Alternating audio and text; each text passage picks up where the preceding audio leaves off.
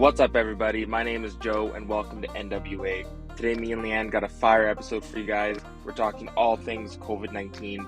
I know, I get it.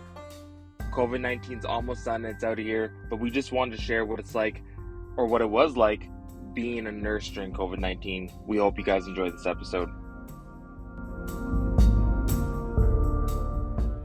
It's gonna be lit. All right, COVID-19. Leanne, what's up? How are you? Hey, Joe. I'm good. How are you? I'm good. I'm chilling. Think about the topic we're doing today, which is going to be the topic that everybody's been talking about for almost 3 years now, COVID-19. People are sick of hearing about it, but we have so much to say. And I have like this love-hate relationship because I'm sick of hearing about it and I'm sick of talking about it at the same time. I think that we bring a very, very good perspective to COVID-19, being that, not that obviously everybody went through COVID-19. I'm not denying that, but nurses have a unique perspective of handling it and kind of being in the middle of everything. Yeah. What do you think? Yeah, I would agree. I think that, like you say, we have a different perspective from the outside community. A lot of it'll still be the same, but I think it's something we need to touch on. A lot has changed in nursing over the last 2 to 3 years during the pandemic. Joe and I were new grads when this happened, so we'll touch on a couple of that sort of stuff. But yeah, guys, if you're enjoying this podcast, don't forget to share with your friends. And yeah, Joe, let me take it away today. It's all you, girl. All right. I guess I want to start by asking, did you ever expect a pandemic would happen within the first, year of your nursing career? Was this ever something you considered? Yeah, tell me about the first year of nursing during a pandemic. Yeah, it's a great question. Honestly, I didn't even answer that question. I thought I would never even be having to like think of that at all. Went into Yeah. nursing, we wrote our exam because we finished in the fall. So we wrote our exams, and most of us, I know me and you, were licensed by at least December 2019. January hits, and you're hearing about this like wild virus. And if you're like me, I was honestly like on the group of people that were like, okay, there's this virus, we don't know what it is, but it's in China. It's cool, like it's in China, like we're fine. And I was like, okay, well, it's in Australia, but it's fine. Like, it's still very, very far away. Like, we're good, guys. And then people would be leaving, and you're in Costco, and like people are grabbing freezers, and you're like, okay, like people are freaking out, and like, but we're fine. It's not in Canada yet. And then in March, it's like one dude in Ottawa got COVID, and we were like, damn, like Right. what? Like it's here now. So it happened like very quickly that I honestly I didn't even anticipate a pandemic. It wasn't even on my mind. I was trying to survive as a nurse. I was doing the at home hospice stuff, and then I was also working as a nurse on a unit where I was like the supervisor of the actual unit. And starting as a new grad, that's a lot of responsibility. There's a lot of things that you don't even think as a nurse you have to be accountable for, which is like um making sure everything is stocked, making sure like the floor and unit is running good on all levels. So not just that your staff know what they're doing, but that like the residents are being looked after, and all the Yeah. other stuff that comes with nursing. We'll talk about this in another episode. But then when the pandemic had hit and they were like, COVID's in Ottawa, and everyone started freaking out, I remember it was funny. I had always had this little like nurse kit with me, and this nurse kit had kind of like random stuff. So I had like some alcohol swabs and all this random stuff, and I had a little pack of masks. And it was hilarious because the government was like, guys, masks do not prevent COVID-19. Like, it just doesn't happen. Like, masks aren't going to do you anything. And that's what the government was saying at the very, very beginning of COVID. And then they were almost like, hush, hush, like, yo, nurses, you guys need to wear masks. Like, it will help you and your residents. And we were like, okay, like, what's Right. going on? So they were telling us to wear masks. We didn't have any masks in the facility at all. Like, there was no masks. So I was straight up like dispensing my own personal stash to like all these people. and they had told people on the other floors. Next thing you know, I had like 20 masks. They're all gone because people from like all the floors started running down at me in a panic, like, I need your mask. Um, so yeah, sorry for the ramble, but that was kind of like the anticipation up to whenever it started, the Yeah. actual pandemic for me. Yeah, what Yeah. about you, Leanne? I have to agree. I think that, obviously none of us were prepared. So, yeah, when we graduated nursing, we didn't expect a pandemic. Historically, they do appear in history every, decade or so. Um, but it was never something that I really anticipated full-fledged being thrown in head first into. And Yeah. yeah, like you said, we graduated. I got a temp license in October and was already working, but yeah, by, the following March, I remember all of my knowledge just going out the window because I was so afraid, Joe. Like, I Wow. remember going to the grocery store, wearing gloves and a mask, and buying groceries and only picking things from the shelf and only touching the cart.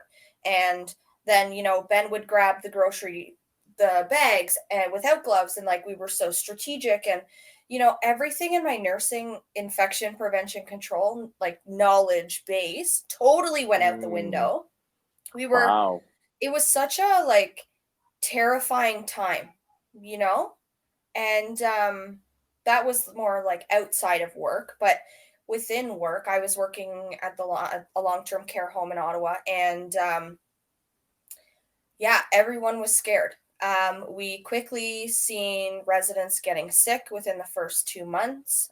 We were fortunate enough to have an isolation unit that was separate from the rest of the residents, which was good, so we could kind of try our very best to contain the infection. But you know, Mm, we were reusing masks. We were like, the thought of ooh, reusing a mask is just so horrid, you that's know? the it's the yeah, I totally hear you. Everyone went like the facilities just were not prepped, and we did not have enough funding for the PPE that we actually needed, that we Right. learned in school, that like the correct way to do it. Yeah. Everything was just gone. So I just want to stop you right there real quick. So you had got your facility had got COVID within the first couple months of the pandemic. Yeah. I mean, it was a huge facility. It's a, 450 bed facility. So, Yeah, you know, all those people coming in and out, those visitors, the staff, it's a lot of people coming in and out every day. So, yeah, I mean, there was COVID early on for sure. that must have been so stressful because everyone was trying to figure, like, getting COVID in general across the whole, like, our facility got it in 2021. Hmm. Um, that said though, or no, sorry, we got it end of 2020. Yeah, just before 2021. Hmm. That said, it was very difficult, and like still the PPE and like all these issues were still present at that time. But I can only imagine right at the cusp of, there's this virus. We don't know the severity of it, so it's causing a lot of fear among people. But then you have the population that it's affecting, and you have to deal with all that. And like at that time, so a couple months, it must have been like June, May, June that you guys got it. Yeah. Yeah, I think it was, summer, definitely. Again, I don't have the best memory, but yeah, I remember, like you were saying at the beginning, how, everyone was like, oh, there's this disease in China and whatever. And I was like, man, it's fine. It's fine. We're going to be fine. Anyone that knows me is like, oh, yeah, Leanne's always like, you're going to be fine. Um, and then I'd have like nurses telling me, like, the one nurse that I worked with, Michelle, she's my absolute favorite. She would always give me like news updates or whatever. She's like, man, there's like, 700 cases here. And she'd say, like, oh, like now there's 5 cases in Ottawa. Like, we should be careful. She like took her wedding rings off right at the beginning. Like, this woman was prepped, okay? This nurse that I worked with was on top of her game, ready for this pandemic. She was she's Pulls out her definitely like a hazmat suit. right. She's a veteran nurse. She's been, working for many, many years as an LPN, but or I should say RPN because she's in Ontario. But Yeah, she I definitely don't, and there's me, Joe, and I'm like, "Oh, it's going to be fine, Michelle. Like it's fine. We're all going to be fine, guys. Like don't worry about it." And then sure Hand enough, hygiene. right, and then sure enough, like shit hit the fan. And yeah, it was really stressful. I'm really, really glad that I had the team that I did at the facility I worked at. And yeah, we became really close on the unit that I worked on. And oh, it was just tough. Joe, how did you feel about dealing with families? Because I know you were still in long-term care for a while during the pandemic. How was dealing with families? Personally, I loved it because it actually provided, so just for those listening, during the pandemic, most facilities, we weren't allowing any visitors in. The volunteers, which we rely on so heavily, they couldn't even come in. So it was Yeah, just the staff, and then you could only work at one place if you were either like a nurse, doctor, or a PSW, personal support worker, or a yeah, healthcare aide. Um, I worked at a very small. I worked at a very small facility. It was about 240, 250 beds. Um, so about half the size of the place that you were at. And I mm-hmm. remember we actually lost a lot of staff to the place that you had worked. Right, yeah. Um, and so we were literally like for 32 residents on a unit, it was one nurse, two two personal support workers, and just the nurse. So like three people on a unit for 32 residents, which is extremely a terrible, very low ratio. That's Um, insane. it was crazy. So we're in these crazy times. As a nurse, Leanne, you know this too. We rely on the volunteers, like I said, but family is such a huge role in providing a continuity of care. Yeah. Often, the model that unfortunately our system has outlined is a model where you know, you live your whole entire life, Leanne. You're part of a community. You have a job. When things go wrong, you turn to your family. You turn to the people around you. You turn to your neighbors. You use the community. If you go to church on Sunday, that's another resource. If you just go to, you know, community events, that's where you go. But the system, I find, in my opinion, as soon as you go into a long-term care home, it cuts that off. You're no longer part of the community.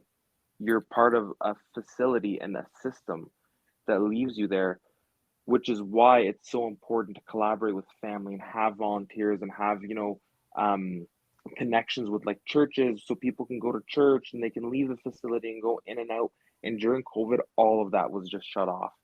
Yeah. So this is a very long answer to your question, but my experience with families was amazing because I made it um I made it a top priority to every day call every single one of my residents' families for at least probably the first like 4 months. Every single day I would stay late for work. I wouldn't even put it on my hours. Like it's just something that I wanted to do Yeah. because I could empathize with how they felt.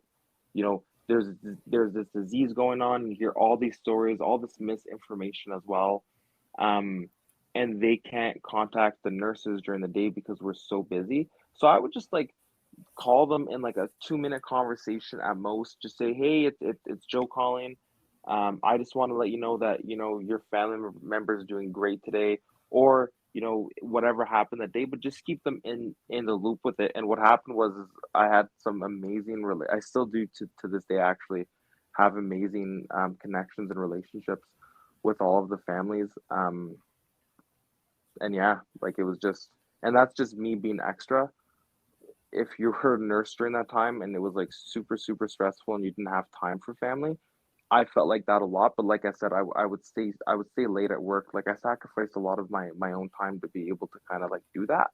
Yeah. um because Yeah. I'm giving like this one side, but there is a very real side of it too, Leanne, where it was like it was a lot because you'd be getting like 55 phone calls.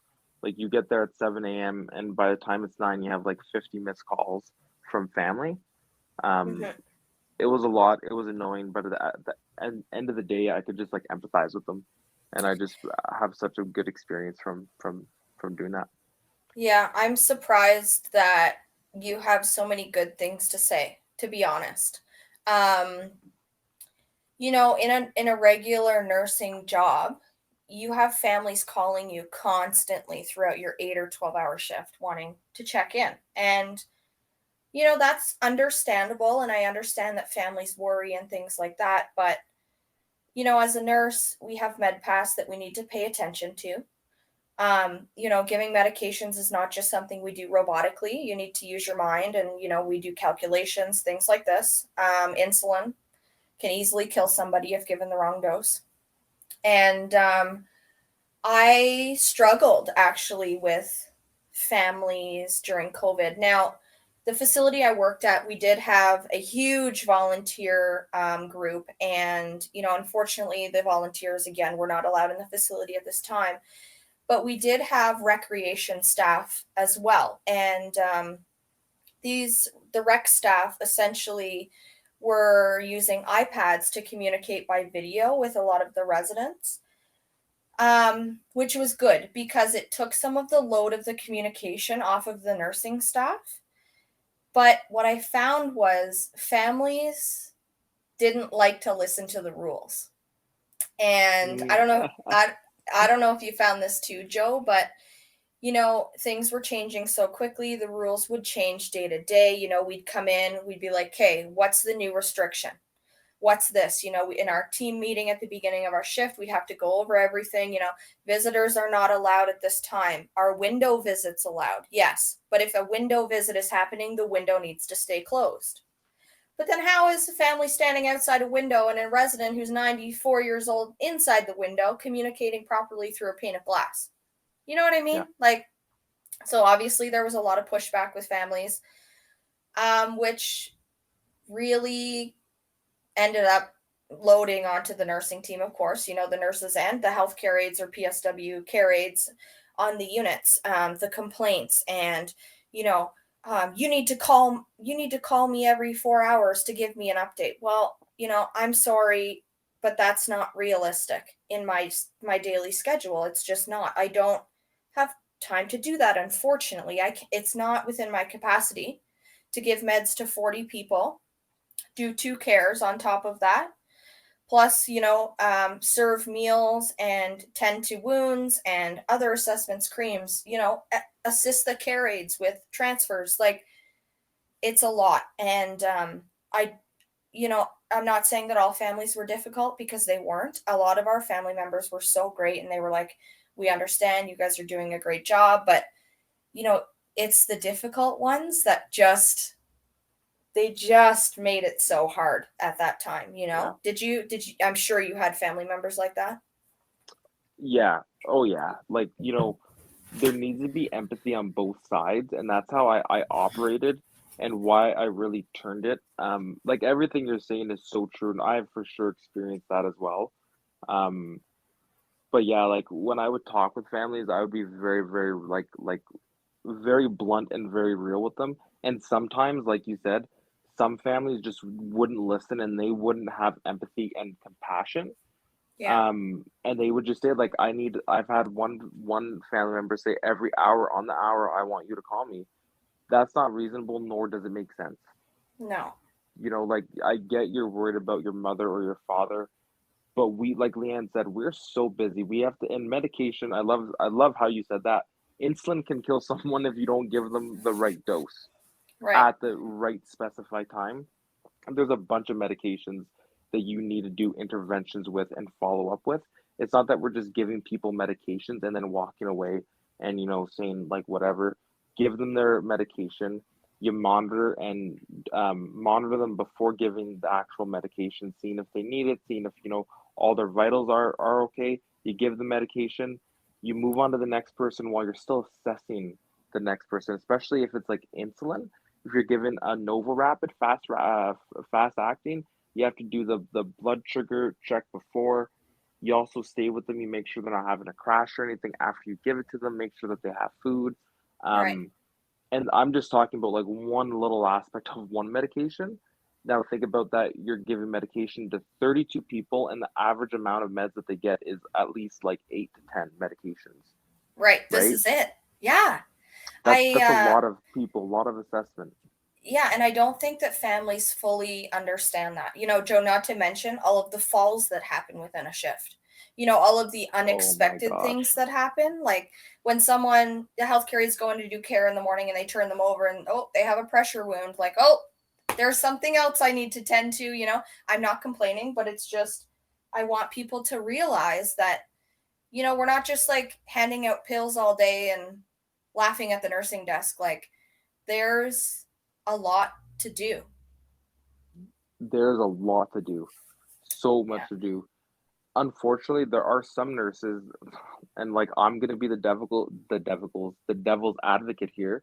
There Mhm. are some nurses that just go and pop pills. Like there are some nurses that do that, and I'm so Yeah. sorry to say there are nurses that just sit down, and it breaks my heart because when I came into nursing, I came in because I want to make an actual change and love people. Yeah. But there are nurses and like that is a stereotype because I've seen it. Like I'm not gonna lie, like I've seen it almost everywhere I work that like nurses do that. At the same Mhm. time, I don't think it's helpful to overgeneralize that and be like all nurses do that. No, Um, of course.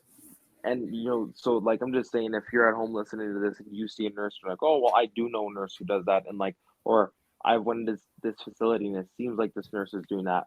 That's something that we need to act on, and you need to like, if you're a nurse and you see another nurse, you either talk to them or talk to their supervisor about, because our job is very serious, and we have Yeah. to do all of the things that Leanne and I had discussed, and COVID exacerbated every single one of those aspects because Yeah. of the short staffing, um, the politics of it, um, not having enough protective equipment, um, not being able to suction. Like I don't know if they did that at your facility, but at one point we weren't allowed to use the suction machines because there was this huge argument over if it was contact or airborne. Yeah. And there was like there's studies saying it's airborne, but the government was still saying it was contact, and they were saying it was contact and droplet. Sorry, I shouldn't just say contact. It was contact and droplet. They were saying that because they wanted to save money and they didn't have enough money to distribute to the long-term care homes. That was the reason. And there were many studies saying that it was airborne. And it seems like it was airborne. Like I'm not here saying it was one or the other. To me, it seems like it was airborne because when we got in our facility, people started getting sick really quick.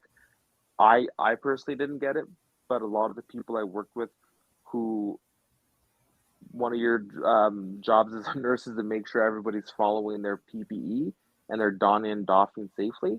What's that? And Can you explain that, Joe? Because yes, thank you, regular thank listeners you. might not understand. Yeah, so donning is whenever you put on. So don on is when you put on all the protective equipment. So if I'm going to in someone's room who has COVID-19 and they're deemed a contact or droplet precaution, it means that whenever they sneeze, the little particles that come out of their mouth, they fly in the air in front of them and then they drop.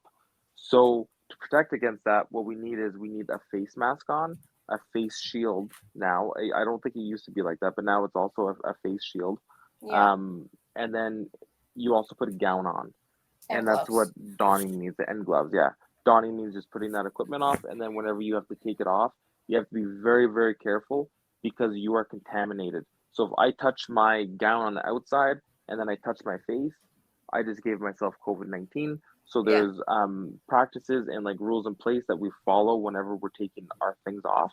And as a nurse, especially a long-term care nurse, you're the person who enforces that. You need to know your IPAC, which is infection and prevention control.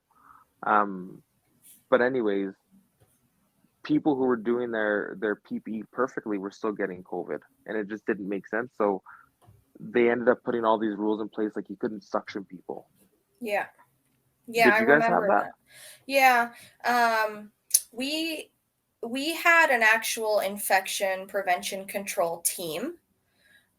So at the facility I worked at, we were very prepared in a way in that sort of management sense. So, um, you know, we were able to implement having our, protective equipment on the units as soon as an outbreak would happen or someone was sick. Um, we had carts outside of all the doors. And yeah, I think that we had good support from the infection prevention control team. But Joe, I wanted to ask, how was your mental health all through COVID? Because we haven't really touched on that yet. And I know we're getting into a lot of the, you know, what it was like physically on the unit, but I want to talk more about, the mental health and how we made it through day to day as nurses. Uh, it was like an insidious, terrible because like you were just so busy every day, and like my facility, we were so short. We didn't have an IPAC team. Yeah. So like the nurses, we literally did everything. And I literally like on average I'd work 2 days out of the week were from 7 a.m. to 11 p.m. And it was Wow. brutal. Like it was like those are long days. And then on average, um I'd be leaving, so like 7:30 to 3:30 was a shift, but I'd be leaving work at like 4 or 5 every day on like average, even when I didn't work those ridiculously long days.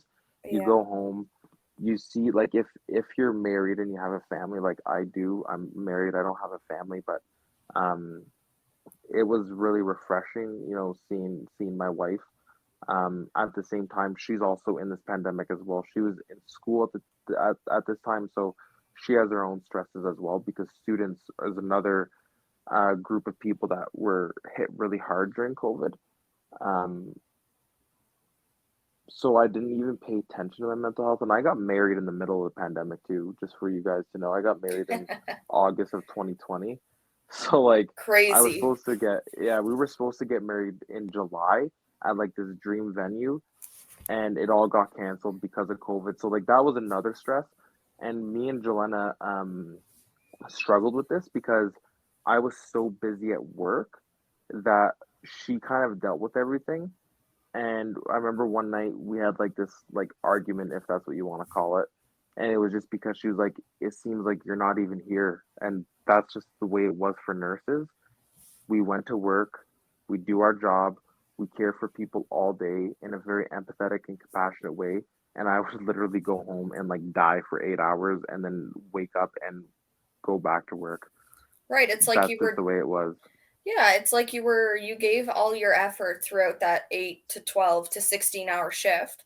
And then you come home and, you're still expected to be a wife and, a member of a family and to still give your 100% to, your partner and your family and your pets, whatever the case is. And Yeah. yeah, I agree. It was exhausting. I'd like to do an episode of having Ben and Jelena on because I'd really like to have a perspective in an episode where we get the perspective of our significant others and what they saw. Yes. I would love to like coin that episode something like being married to a nurse and like common attributes Yeah, to like yeah. what it's like being married to a nurse. When we moved to Alberta, um, I ended up not through work, just I randomly met all these people. We got along, and they were all nurses. And shout out to some of them actually, Larissa. Shout out Michaela, and there's a few other of you. Shout out to all you. But anyways, got friends with them, and Jelena really, really connected with their significant others because they would talk about what it's like being married to a nurse, and Right. like just kind of like the weird things of it. So yeah, that would be a great episode. Yeah, I think that's definitely something we have to do in the future. Um, Now, for myself, Joe, when it came to mental health, I think that, at the beginning of the pandemic, like you, I was just so busy that I didn't really realize the impact it was taking on me.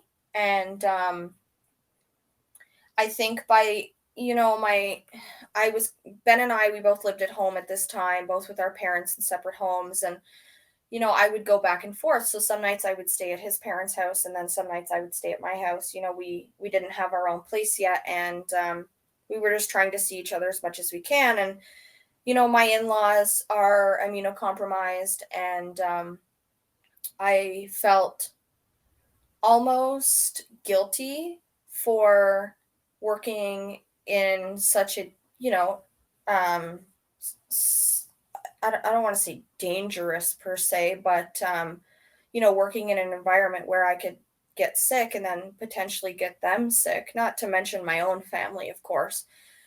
But I felt this like a pending guilt where, it finally hit me one night where I came home and my stepmom was like, "Hey, honey, like, how was your day?" or whatever, like the usual, like, greeting when I came in the door. And I remember like walking through the kitchen and just standing at the pantry and just bawling my eyes out, Joe. I don't know Wow. what happened on that day per se, but I Hmm. just lost it.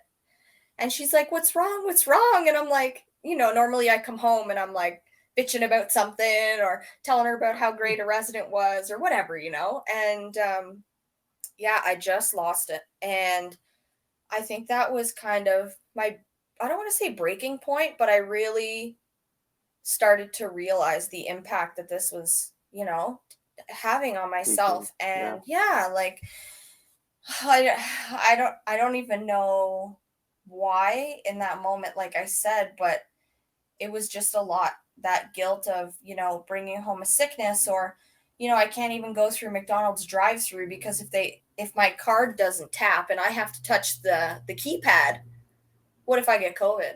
What if Boom, I go to COVID the right there. Right. What if I go to the gas station and I need gas? So I can't drive too far because I don't want to touch the nasty ass handle at the gas station. These were like my Yeah. mind was in overdrive because, Joe, not only was I afraid of getting my family sick, but I was so afraid of bringing it into work and getting my residents sick. Um, Yeah, I can relate to that so much. yeah, So like much. we were wearing masks and everything, but someone who's immunocompromised, 95 years old, at the beginning of the pandemic when the strains were much more severe, we saw, quite a few residents pass away. I think our facility lost over 20 residents, if I'm not mistaken. And I Um, just want to stop you right there, just for the people listening, because there was a lot of information going around, and there was only one narrative. I stay out of the politics, I stay out of this, but there was one narrative that I will argue till the day I die. Those 20 people that Leanne said died, you need to understand, I don't care how old they are, those are humans, right, people. I don't care if the argument being like they're old, they're gonna die anyways. Guys, those are people who have families and who are members of a family who are right. passing away suddenly due to an illness, and because of everything else, their family members, most of them couldn't come into the facilities and even be with them. That's no way someone wants to die. So I Yeah. just ask that we can have that in mind whenever talking about COVID and or just death in general, is that these are humans.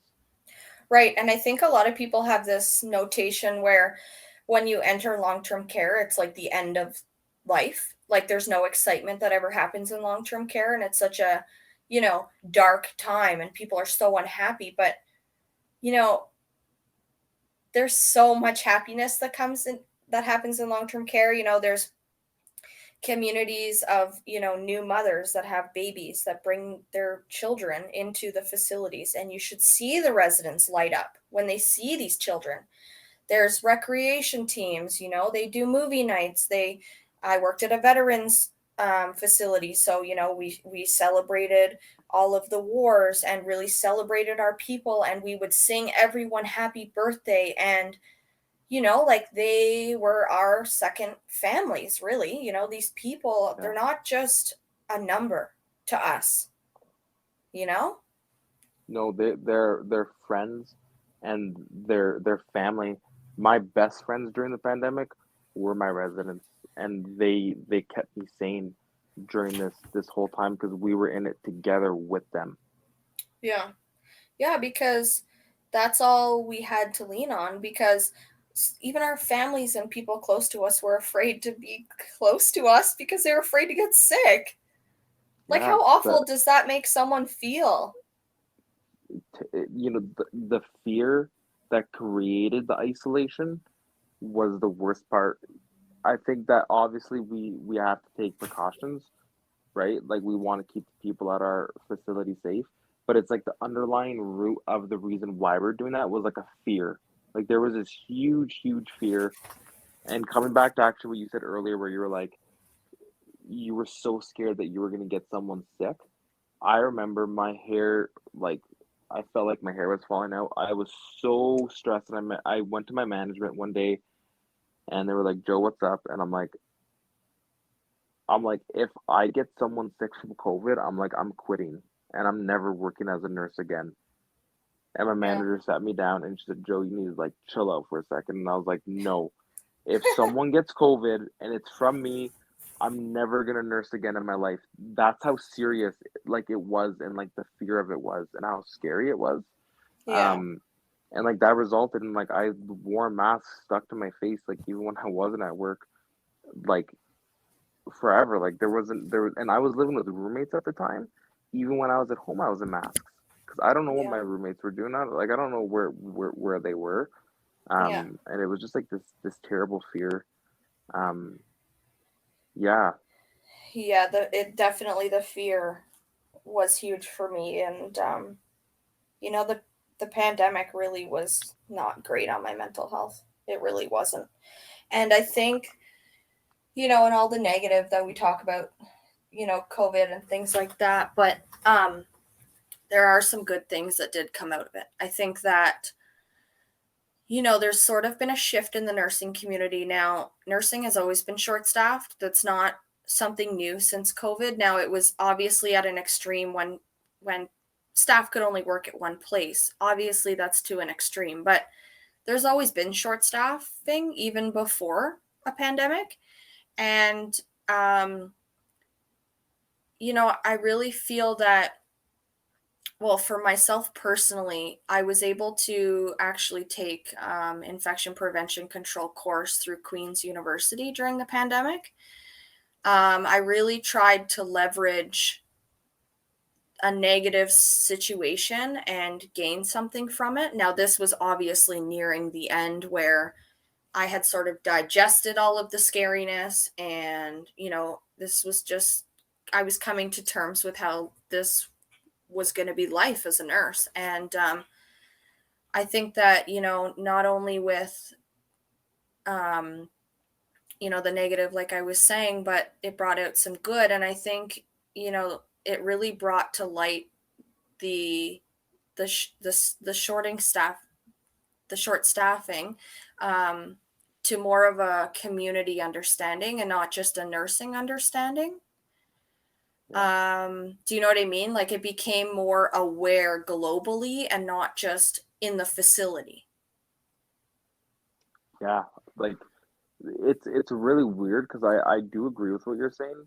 I do think that there was a major shift at the beginning of the pandemic, and I feel like it was all the way to one side. Like there was all these terrible stories that we were all hearing about long-term care, and a lot of people at first were like, "This is because of COVID," but then I think that they had realized, and the majority of people realize now that the condition of it was actually before COVID-19 as well. COVID-19 didn't Yeah. help it, and it made it worse for sure.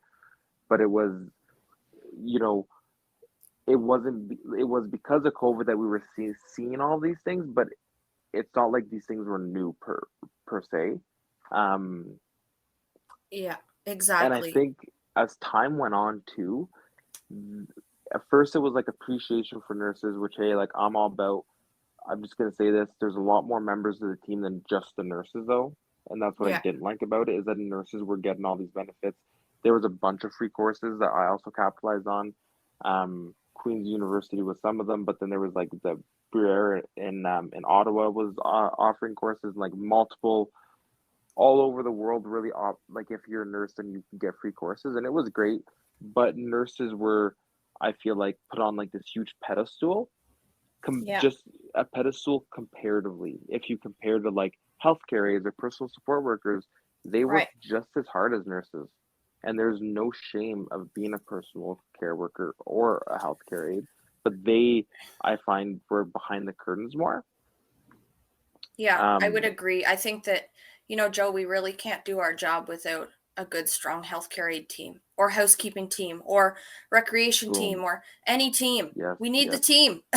Preach it, preach it. Yes, like Oh, we need the team, guys. Like if you're a nurse or if you're any part of the healthcare field and you see a nurse and you think that the nurse or you think you are the team and that without you the team would fall apart, you're right. The team would fall apart without you, but you'd also fall apart without the team. yeah, for sure. Boom, right there. For And sure. there was this progression from that, which was great, and that was like near like the end of 2020. But Yeah. now, and I don't want to make this political or anything, but then it flung to the other side of things where people just started hating nurses and people started hating those in the healthcare field just because Yeah. like they were nurses. And I guess I don't know, like when I moved to Alberta, I moved to a very, I don't know how to put this, but like I moved in the middle of nowhere. Yeah.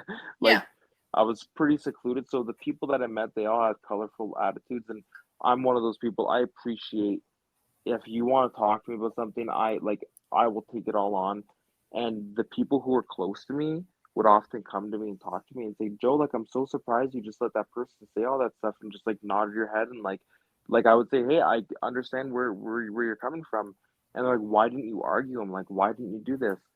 I'm not in the business of arguing. If someone has a belief or they have something that they want to hold close to their chest, they can hold it. The only time I will ever say something is if you discount someone else's life. So an Yeah. example being saying that old people are gonna die anyway, so just let them die. Like that's completely terrible, and I will get an argument with someone over that any day of the week because it's the value of life. But Yeah. overall, these other like these politics and conspiracy theories and all this and all that, like I really just don't care because I've seen people die of COVID, and I'd rather be with them than at home online or like on the side of the street, like arguing some conspiracy theory. I just rather be with the people and caring for them, you know? Right. And honestly, like, oh, it would be too heavy to really fight back. It's just trying to explain to people that COVID can still enter your eyeball. So if you're only wearing a mask but no eye protection, you're still vulnerable. There's, Yeah. oh, like I just don't have the capacity to sit and explain to people anymore and to fight back, like you say. Um, Because you're dealing with like you are actually at the front line yeah, of like it impacted everybody, so I don't want to make it seem like it doesn't impact everyone. But if for sure, like I would say for healthcare workers in general, yeah, like the impact not only on our social life, but we saw the people who were heavily like who had got COVID-19 with adverse events related to it. yeah. Um, you know, I just wanted to mention that, like you said, we were both able to take courses and turn something that was such a shitty experience into something beneficial in a way in our nursing career. I also am finding now that the governing body of nurses across Canada, the CLPNA here in Alberta, and then in Ontario, the CNO, they're both really heavily focusing on a lot of mental health support. And I really appreciate that. I think that, prior to the pandemic, there was not a lot of mental health resources, not to mention any type of resource for nurses. And, you know, I think that that's one good thing that's come out of this is that, these additional resources are now available. People are using them. And, I've heard and received good feedback about, them being useful. And yeah, I'll link those down below of this episode if anyone wanted to check those out. But yeah, I think, Joe, that's one good thing that really came out of it. Yeah. During the pandemic, um, like there's no shame, like for anyone listening, there's no shame in reaching out to someone, a professional, a family, a friend, like whoever it may be, but especially a professional psychotherapist.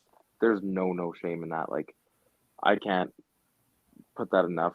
During the pandemic, I was actually seeing a psychotherapist, and I think it actually allowed me to be there for my residents for and like deal with everything that was going on like around us, right? Yeah. Like as nurses. And I remember when I went to go see her, I was like, yeah, but like I don't feel like I'm sick and I don't feel like I'm broken. Like I don't know why like I'm actually here.